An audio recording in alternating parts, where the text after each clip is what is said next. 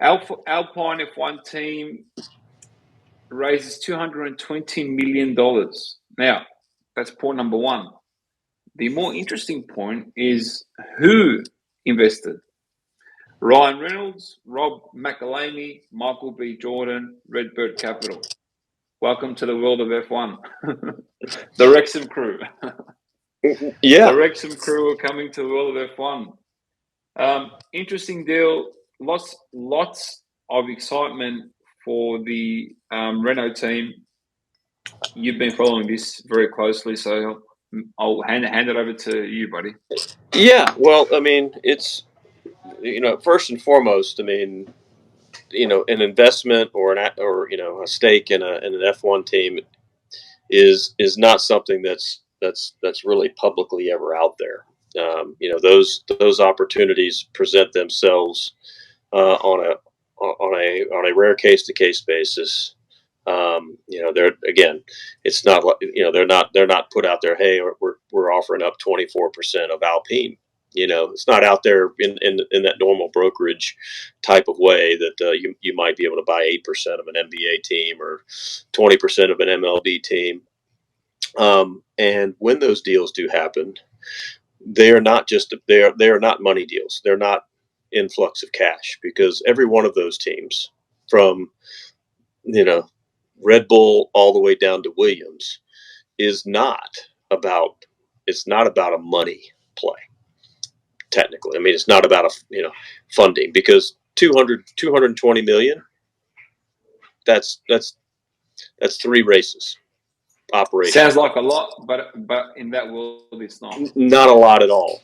Those deals are what's key about them.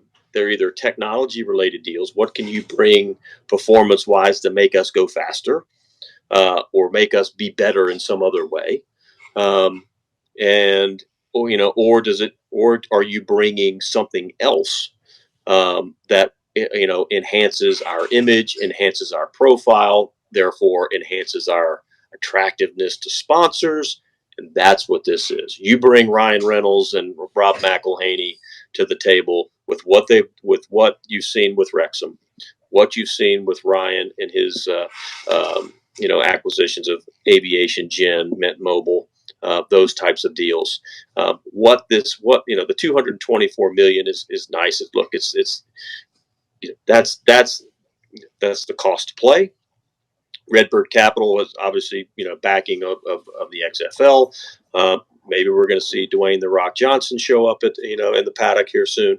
What's going to happen is now the Alpine team, which has 2 very good drivers, but they don't have Lewis Hamilton. They do not have Max Verstappen. They don't have Charles Leclerc. They don't have some of the faces that the casual F1 fan might know. You and I may know them because we follow the sport a little bit more. Someone else may know them because I saw them featured on Drive to Survive. But in the global space, I mean, sponsors aren't drawn to this team because I'm going to spend $500 million on a livery in F1, and I'm just going to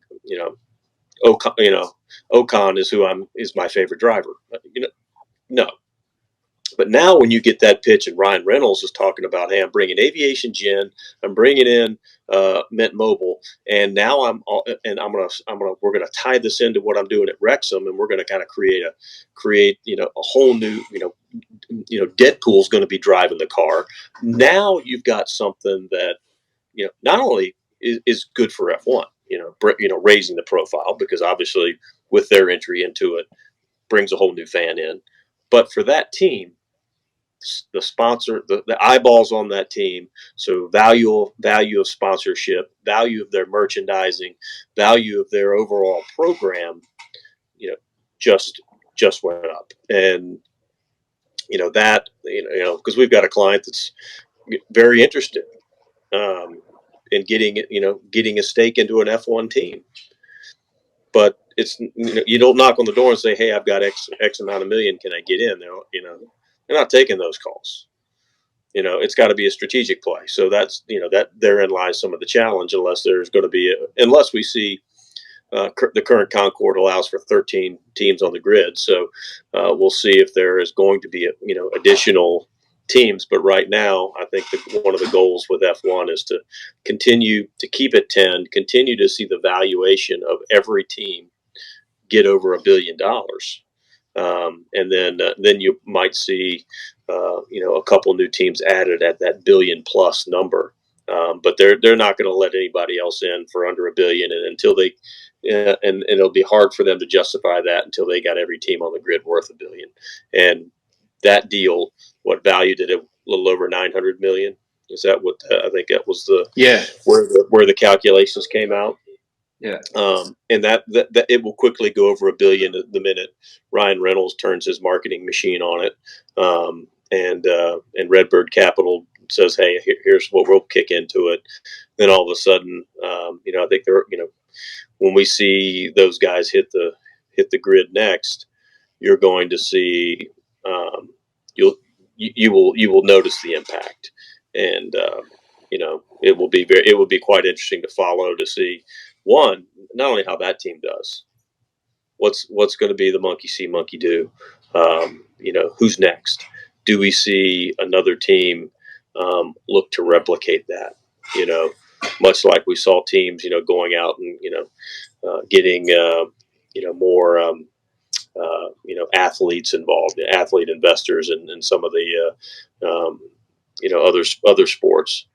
Here's obviously the Hollywood strength, but I mean, again, not just Hollywood.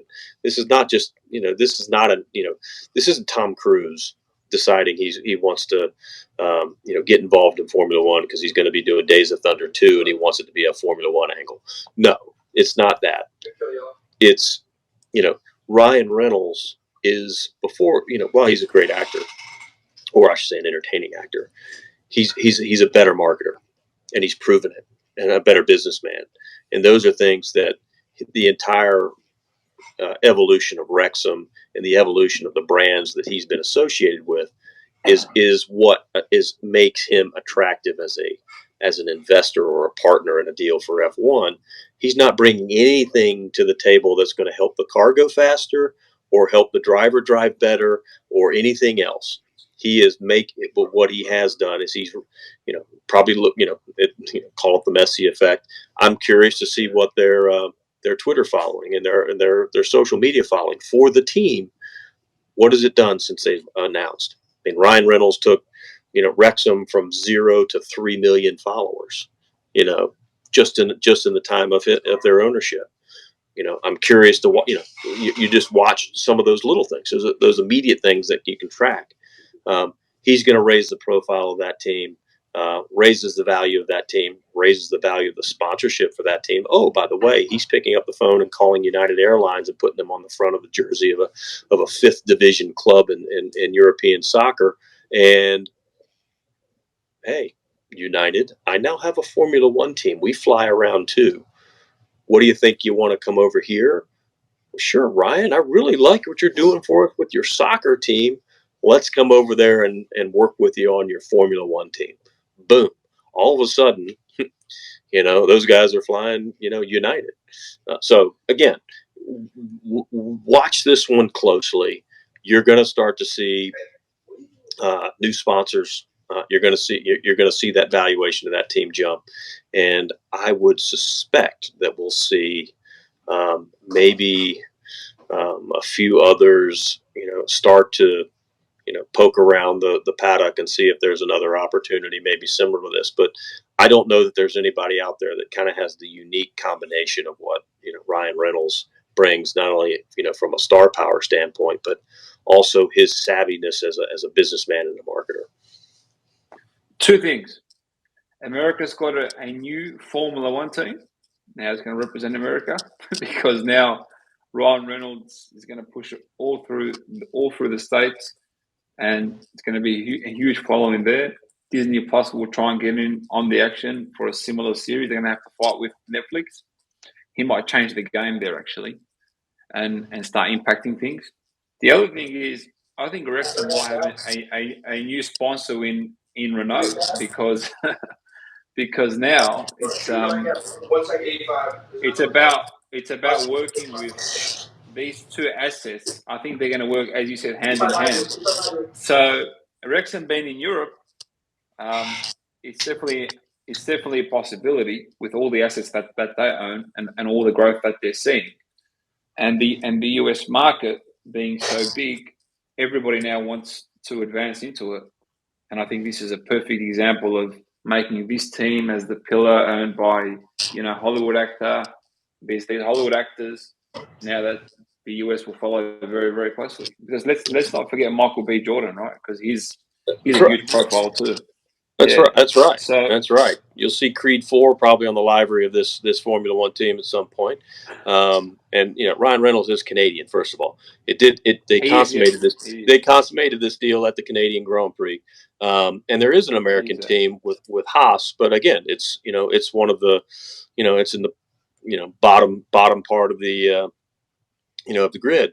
And last I heard, Gene Haas wasn't selling. He wasn't taking on new partners, and he would prefer to just take your money, not your expertise. So, again, you need to find the right mix. And again, like I said, these deals are not, there's you don't walk down the paddock and someone's got a for sale sign sitting out front of it, right? Or looking for partners. They're always looking for strategic alliances.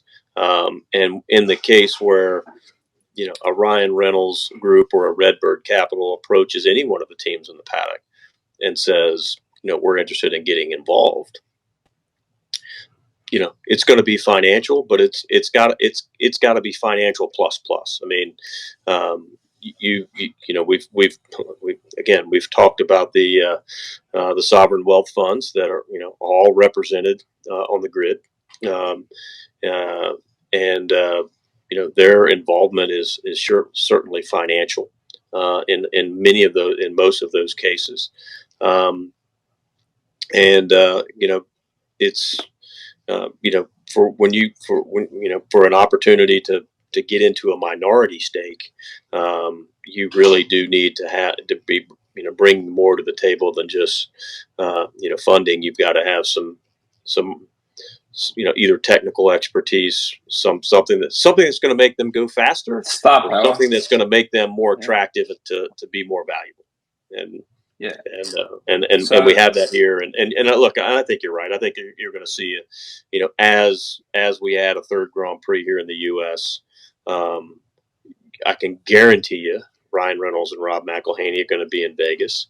There's going to be, there's probably going to be a lot of appearances of them in the upcoming the upcoming season of Drive to Survive. You might see some cross promotional stuff where their drivers come out to Wrexham and make some appearances there, because there will be some very natural crossover for time of year, and certainly the game is one that those their drivers are fans of, and look, it's driving up the value of one team, and it's certainly going to enhance the value of the one they currently own with Wrexham.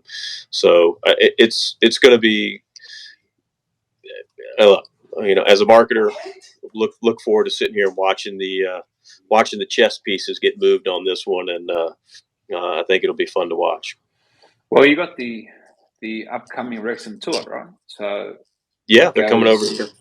Yeah, so they're coming to the US because the US is the holy land of sports and business. Don't worry about Canada. Canada's like Australia. Canada's nice. Yeah, it's nice. It's a great North American partnership. That's all it is. But in terms of business, yeah. Don't even, you know what I mean? That's why I said America's got a new F1 team, because that's what he's done with Wrexham. Wrexham, he's made Americans feel like this is their team.